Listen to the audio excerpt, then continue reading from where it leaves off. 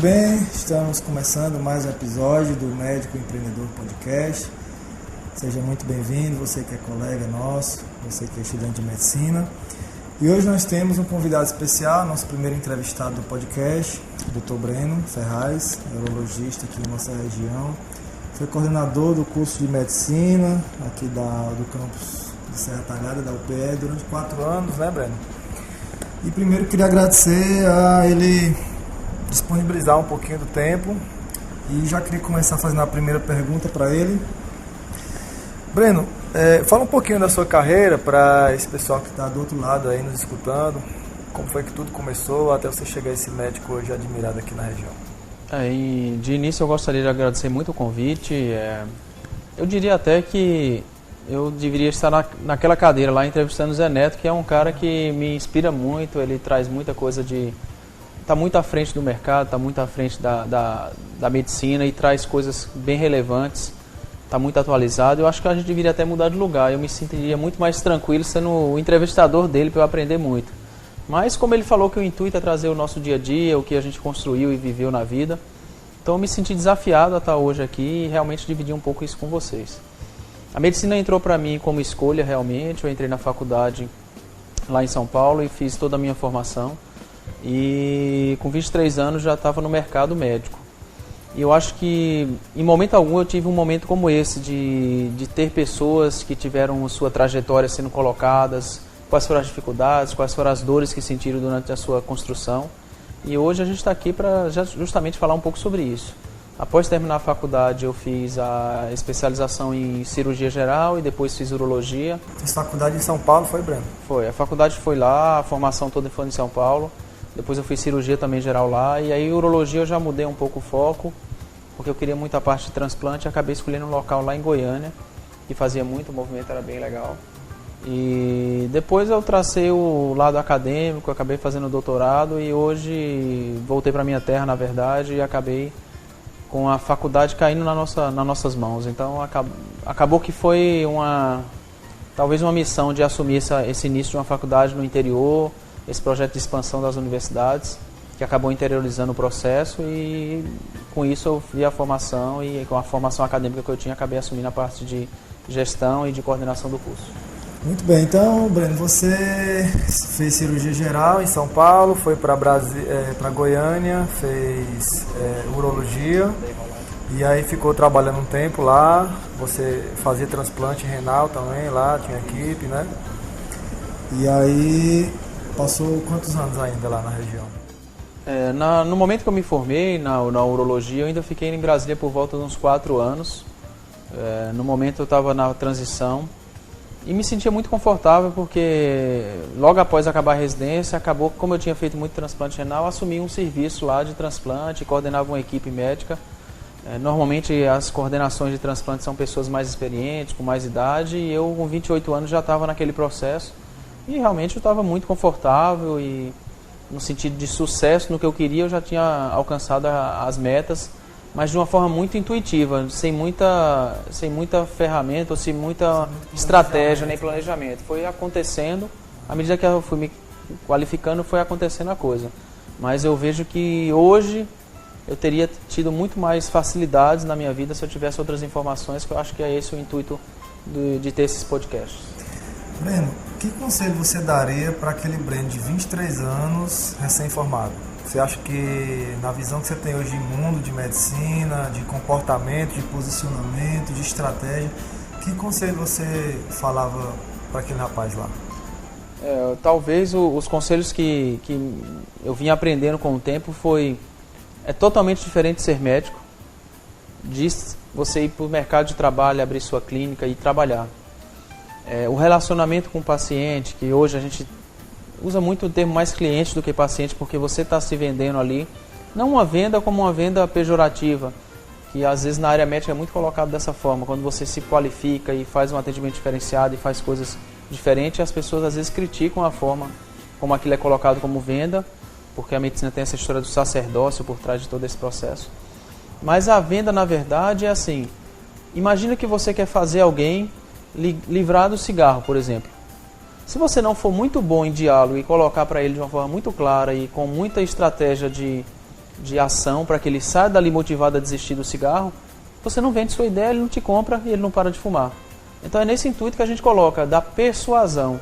Persuasão no sentido de você conseguir utilizar o que ele tem de potencial com o teu conhecimento e você conseguir chegar a um bem comum que seja o melhor para ele na visão da medicina hoje em dia. Então, eu teria estudado mais a respeito disso, de como relacionar com pessoas, do relacionamento de comigo com as pessoas e também de mim comigo mesmo.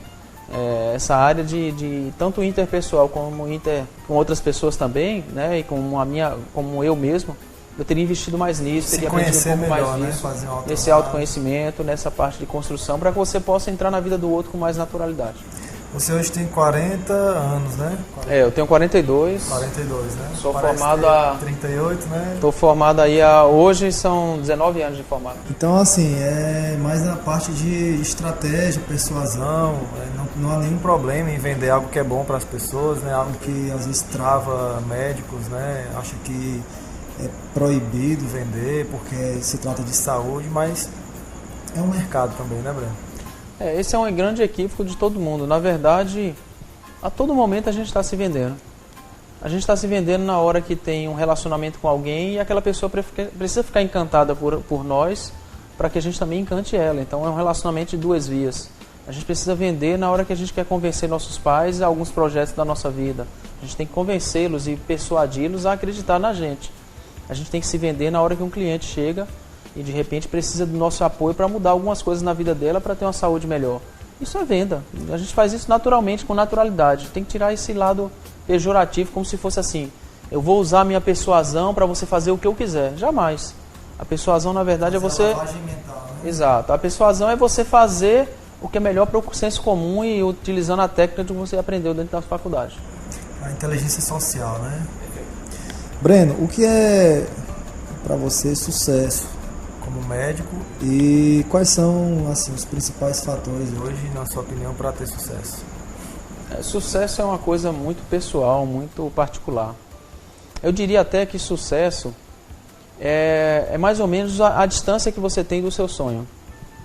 Se de repente eu tenho um sonho muito grande, extremo e muito expansivo de crescer demais e tal, provavelmente eu vou achar que eu tenho sucesso quando eu conquistar essas coisas todas. Então, às vezes um sonho mais curto, a pessoa está mais próxima ali daquele mecanismo de sucesso ou não, então é uma coisa muito pessoal. Mas o sucesso que eu vejo hoje, ele está muito relacionado a você a cada dia realizar seus sonhos. E não ficar achando que quando você alcançar a sua clínica maravilhosa, quando você tiver seu carro, sua casa, sua vida estável, ali sim você teve o sucesso. Eu sou muito favorável à psicologia positiva de Harvard, que diz que antes do sucesso vem a sua felicidade, vem a sua alegria, vem o seu otimismo, vem todos os aspectos que você vibra com cada pequeno momento que vem na tua vida. Então o sucesso para mim é essa trajetória, essa caminhada. Não é só o destino final, é toda a construção do aluno que de repente começou a estudar para entrar na faculdade, que passou por toda a faculdade. Tudo aquilo ali já foi sucesso desde o momento que a gente começou as primeiras conquistas. Talvez até o nosso maior sucesso na vida tenha sido na hora que alguém tirou a gente da barriga da nossa mãe e a gente respirou. Esse já foi um grande sucesso na nossa vida, que a gente já superou a morte de muitos que não chegam à vida depois que saem da barriga de uma mãe. Então, cada momento da nossa vida, a gente vai tendo sucesso e por isso que a gente tem que direcionar muito onde a gente quer chegar. E às vezes na medicina a gente sai levado, assim, como eu falei agora há pouco, a coisa foi acontecendo na minha vida, mas poderia ter sido muito melhor se eu tivesse traçado algumas metas com mais objetividade e pudesse conquistar algumas coisas até mais rápido do que conquistei. Mas nem sempre você pensou assim, né, Breno? Claro, isso é um pensamento atual, por isso que acho que a ideia é muito boa, talvez é um aspecto talvez até inovador na medicina, a ideia de Neto, eu parabenizo muito isso, porque ele quer pegar e dizer para o cara que é recém-formado, dizer assim, cara, em vez de tu quebrar a cara, olha ali como é que eles fizeram para chegar lá, porque eu fui o cara que quebrei a cara, e hoje eu já aprendi muita coisa por ter errado e quebrado tanta cara. Então, isso vai ser importante para diminuir e minimizar o sofrimento de muitos médicos, muitos profissionais na área de saúde, que vão precisar quebrar a cara em muitas coisas para chegar no momento que a gente tem chegado hoje em dia. De repente, eu estou aí 10 anos à frente dele, ele está com 10 anos de formado, eu praticamente 20. Ou seja, são duas gerações. Ele vai trazer as 10 anos dele, eu vou trazer meus 20, alguém vai chegar a 30, 40.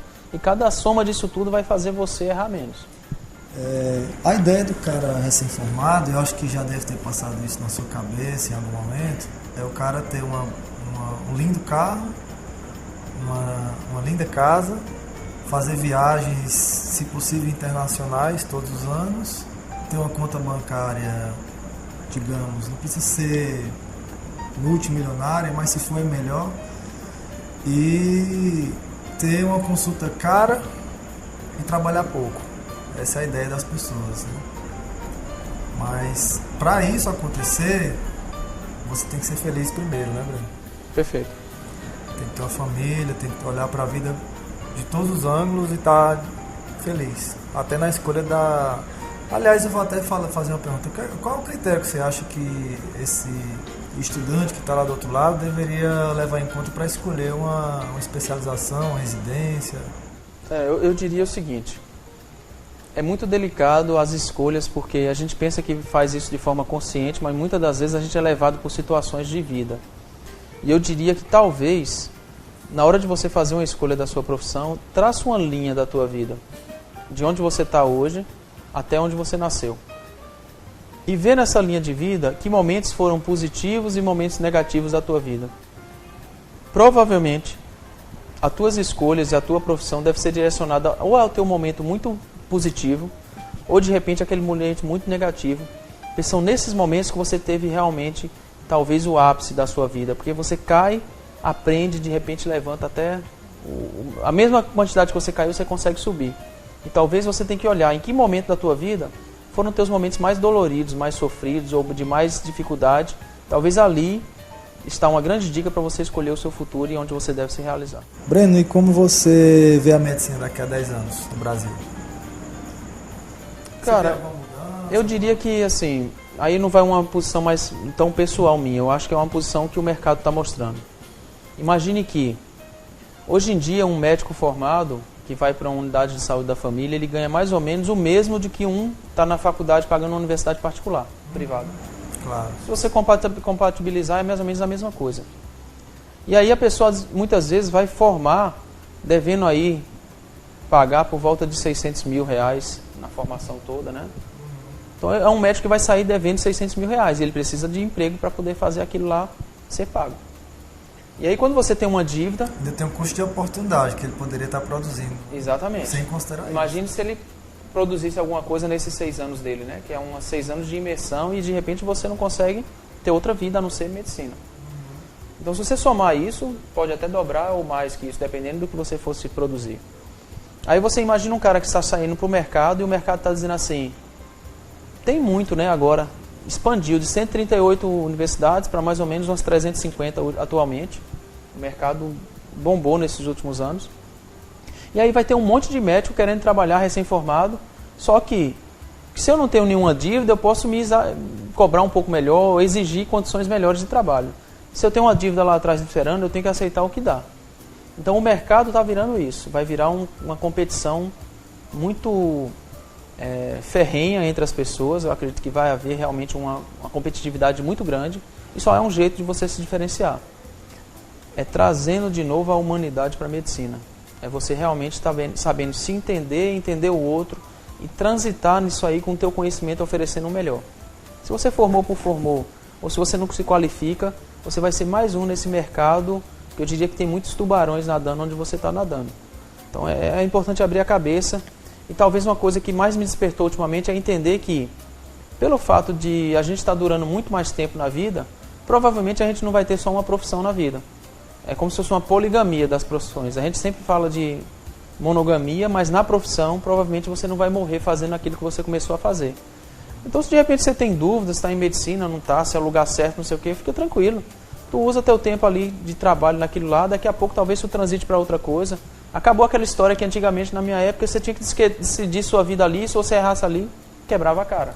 Você mesmo hoje é professor, o que mais? Atleta? Aí hoje a gente acaba sendo atleta meio que, digamos assim, muito mais pensando em saúde do que mesmo na parte de atletismo, né?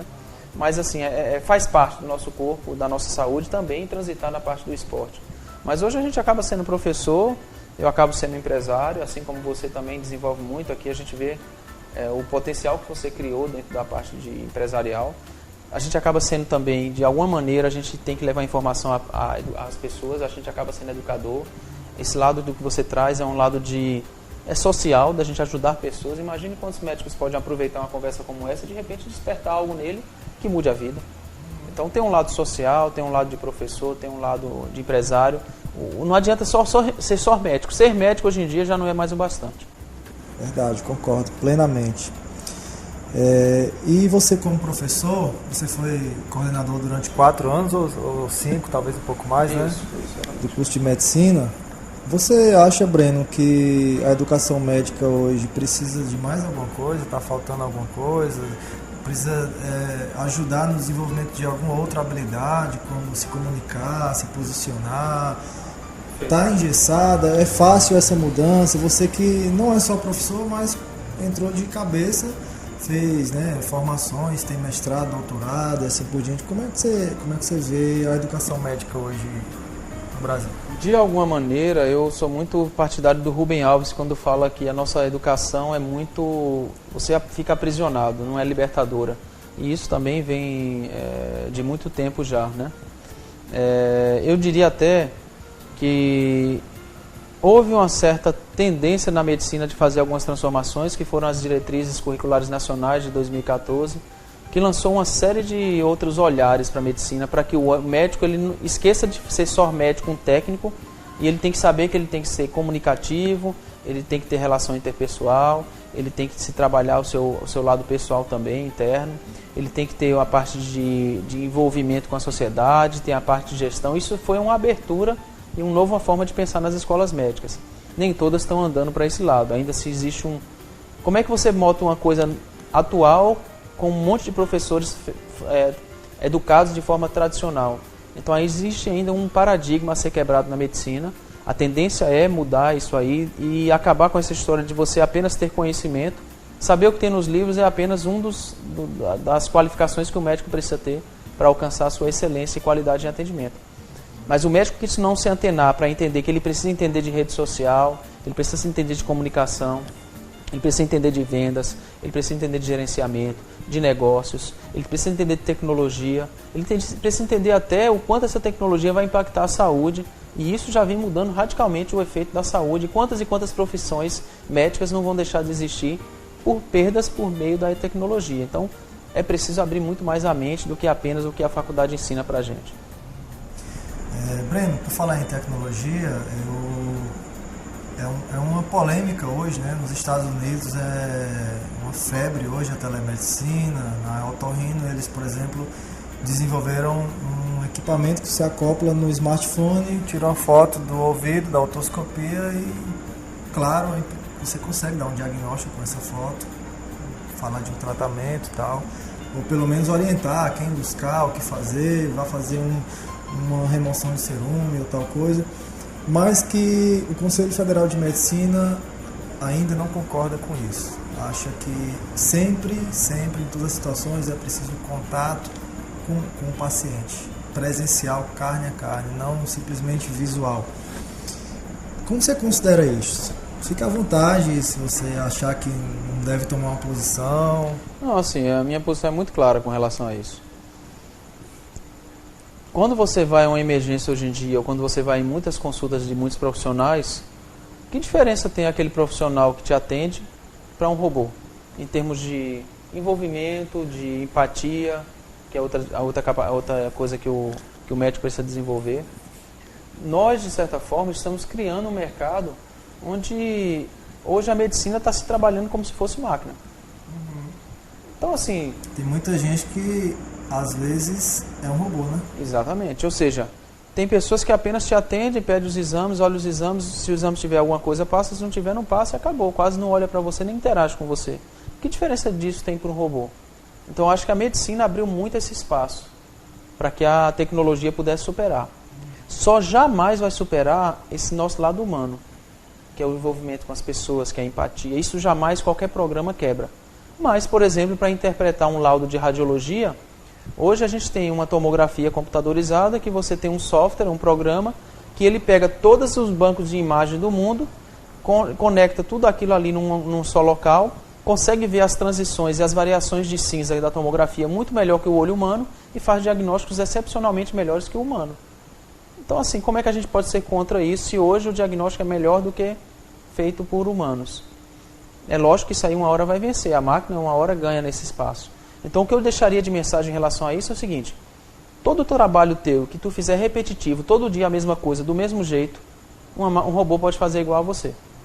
O que você vai fazer de diferente é que vai manter a sua profissão no futuro, e aí eu acho que todo mundo precisa acordar nesse momento. Fala em empatia, Breno. Você acha que empatia é uma questão de inteligência também? Sim. Na verdade, nós temos diversas... Isso aí, se eu não me engano, foi o Edward alguma coisa, eu não lembro agora, mas ele já veio com as inteligências múltiplas lá atrás, né? O teste do QI avalia 3 tipos de inteligências. Na verdade, ele veio com 7 nesse momento, e hoje em dia a gente diria que teria por volta de 16 inteligências aí que a gente pode desenvolver. Inclusive inteligência artística, inteligência interpessoal de lidar com pessoas, a própria inteligência de lidar com você mesmo, a inteligência com a parte de tecnologias e de robôs e de tecnologias desse ponto, e até a criatividade que está sendo perdida, está sendo colocada de lado, né? As pessoas estão ficando muito com um discurso e um padrão muito robotizado e ninguém tem espaço mais hoje em dia para criar. Então, essas inteligências que antes eram esquecidas é que talvez façam um diferencial amanhã no mercado. Porque apenas decorar um protocolo médico, qualquer um pode decorar, inclusive o robô. O que vai diferenciar é o quanto essa pessoa pega aquele protocolo, entende a vida do cliente que está ali, entende o que você pode oferecer para ele, entende o que a literatura médica coloca, e vocês em conjunto tomam a melhor decisão baseado nessas evidências todas de cada vida de cada um. É isso que vai fazer a diferença, e esse lado humano de olhar o outro com um olhar diferenciado é o que vai ainda segurar e evitar que a tecnologia avance. Breno, você que é um cara hoje que faz parte de um grupo seleto no Brasil, que é o Maestria do Paulo Vieira, um coach eu acredito que hoje ele é o mais famoso da América Latina em termos de resultados. Como é que participar desse grupo de empresários, próprios cursos de coach, inteligência, como é que isso tem te ajudado na tua carreira? Eu diria que isso faz transformações na vida da gente, e eu coloco isso de forma muito clara, que isso mudou minha vida. A gente precisa aprender alguma coisa nova para poder avançar até onde a gente está. Por exemplo, com o conhecimento de medicina eu chego até o meu limite. A partir dali eu preciso conhecer algo novo para avançar para um outro caminho, para um ambiente, talvez até para expandir muito mais o que eu posso fazer. E isso a gente só faz quando tem contato com pessoas, por exemplo, que pensam diferente, que raciocinam diferente, que têm visões do mundo diferente. Então o Maestria me ofereceu isso. Eu consegui implantar dentro de mim um chip do empresariado, de como eles pensam, como eles avaliam o mundo, como eles agem. Com o programa do Paulo Vieira eu consegui colocar em mim um chip de entender pessoas e relacionamento e linguagem corporal e como se expressam as pessoas e como pensam e por que desenvolvem determinados problemas na vida. E eu acho que isso é um complemento que todo médico deveria avançar e ter. Faz a diferença enorme na tua vida você entender dessas coisas. Muito bom.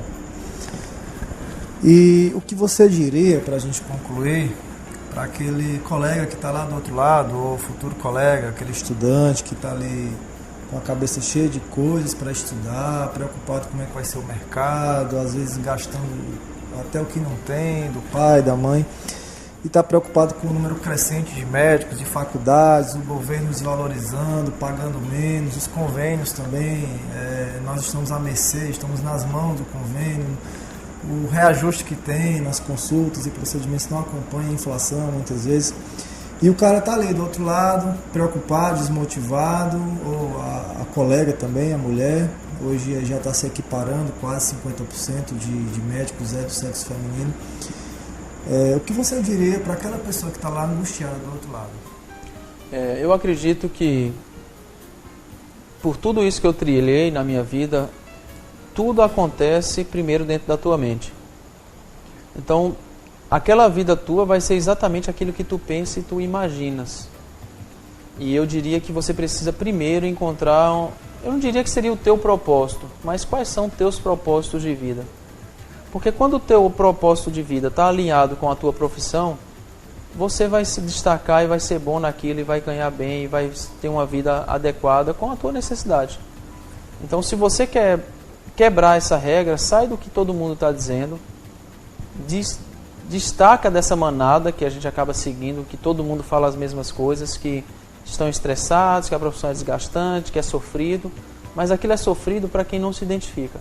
Se teu propósito de vida é cuidar de pessoas, é de se envolver com pessoas, a medicina vai te dar um potencial para que você expanda isso e possa mudar e transformar muitas vidas. Então, busca teus propósitos. Quais são teus propósitos? Se estuda antes de ir para a vida, porque às vezes experiência para mim não é você fazer a mesma coisa durante 30 anos. É você, nesses 30 anos, fazer sempre algo diferente. Aí sim, você experimentou diversas coisas diferentes na tua vida durante 30 anos. Isso é experiência. Agora, a experiência que eu repito ano a ano, ela é só um ano de experiência. Eu repeti 30 vezes, mas a experiência é a mesma. Então, se experimente as coisas, penetra naquilo que você sonha, vai atrás do teu sonho, não se bloqueia seguindo o que todo mundo está fazendo, porque acha que aquilo é o melhor caminho no momento. Aquilo muda.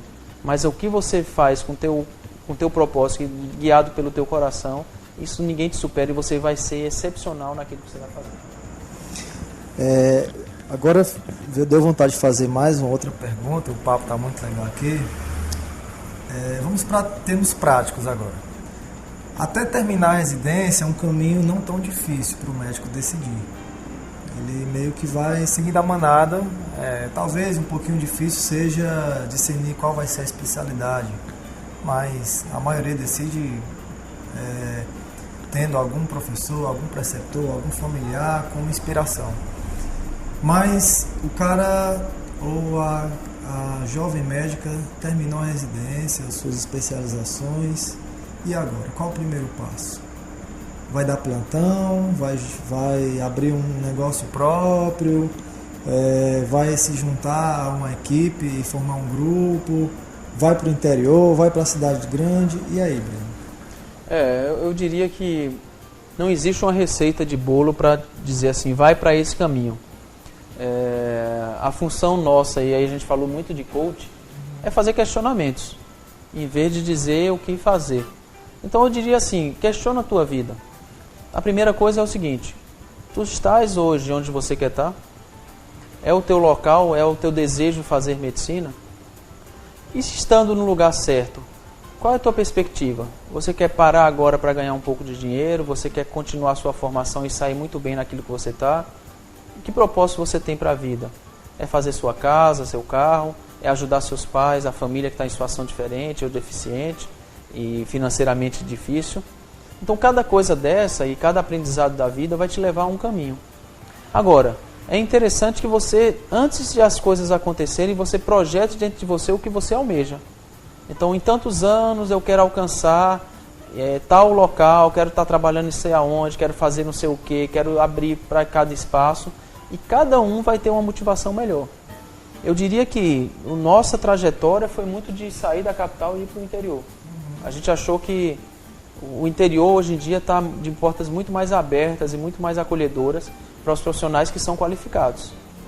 E a capital já é uma coisa muito mais inflacionada de profissionais.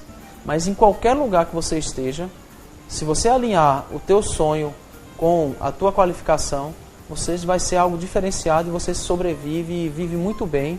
Eu não diria sobrevive, que acaba que é uma coisa meio que limitada. Mas você tem uma vida extraordinária quando você incrementa isso tudo da tua vida, com a tua família, harmonizando todos os ambientes da tua vida. Então não existe uma receita de bolo. Mas eu diria que se você está totalmente perdido, pega algum modelo, escolhe alguém que você vê assim, cara, quando eu tivesse ali 10 anos de formado, eu queria ser igual aquele cara. E vai atrás desse cara e pergunta para ele qual é a trajetória dele, como ele fez para chegar lá. Modela, né? Aprende com esse cara que chegou lá, vai atrás dele, entra em contato. Hoje a gente tem as redes sociais que dão abertura para falar com todo mundo. Então, vai atrás dos modelos que você acredita que são os melhores para ti, porque você chega lá dessa maneira. Show de bola. Falar em redes sociais, se alguém quiser te encontrar, bater um papo, fazer uma pergunta, onde é que essa pessoa te encontra? Hoje a gente tem um Instagram que é muito mais forte, o Facebook também. No Instagram é Breno Ferraz Professor. E lá a gente tem discutido coisas, vocês também têm acesso a alguma dúvida que queiram fazer. E no Instagram é Breno Ferraz, no Facebook é Breno Ferraz. E também tem aqui um expert na área, vocês já estão seguindo provavelmente. E eu acredito que esse cara aqui vai dar muito o que falar na parte de ajudar profissionais médicos a se encontrarem e terem sucesso na vida. Lembrando sempre que o sucesso é algo que a gente planta, é uma colheita daquilo que a gente fez e plantou dentro da nossa vida. Então aproveitem todas essas dicas e transitem, vivam a vida, não passa a vida, e aí é uma frase, se eu não me engano é do Oscar Wilde, a maioria das pessoas apenas existe, poucas vivem. Então o pior problema que você pode acontecer na tua vida é você morrer antes de viver. Você precisa viver para morrer. E aí viva a sua vida, busque seus encontros, sua plenitude e vá atrás dos seus propósitos que tudo dá certo. Muito bem, queremos agradecer Dr. Breno Ferraz, foi muito legal esse papo. Obrigado mesmo. Estava ansioso por esse momento, aprendi bastante. Foi muito bom. Também. Foi muito bom. Apesar de eu só falar, agora eu vou assistir ele para eu aprender muito mais. Isso é uma pequena parte da minha vida, mas eu quero aprender muito com esse cara. É um cara que eu admiro bastante e Zé Neto é para mim uma referência também. Pessoal, então se você gostou desse episódio, deixa um comentário aqui embaixo e assina o podcast e coloca lá 5 estrelinhas para que a iTunes, Spotify, Deezer, SoundCloud espalhem para mais pessoas. E de primeira mão, aproveitar aqui a inspiração dessa aula, eu queria dizer a você o seguinte: se você indicar esse podcast para 5 amigos seus, você vai mandar um e-mail para mim, ou você vai falar comigo lá no Instagram, jneto, com 2 T's, .médico, e eu vou te dar um presente, cara. Agora esse presente é uma surpresa, você só vai saber se você fizer. E como é que eu vou saber que você realmente indicou as 5 pessoas? Eu vou confiar na sua palavra. O fato de você confiar em mim, no que eu estou falando, nos meus convidados, para mim é um motivo enorme para mim confiar também em você. Então fala para mim, eu indiquei para 5 amigos e eu vou te dar esse presente. O e-mail é joseneto.otorrino@gmail.com. Quero agradecer a sua atenção, esse tempo que você teve aqui com a gente e te encontro no próximo episódio. Valeu! Tchau, pessoal. Tchau, tchau.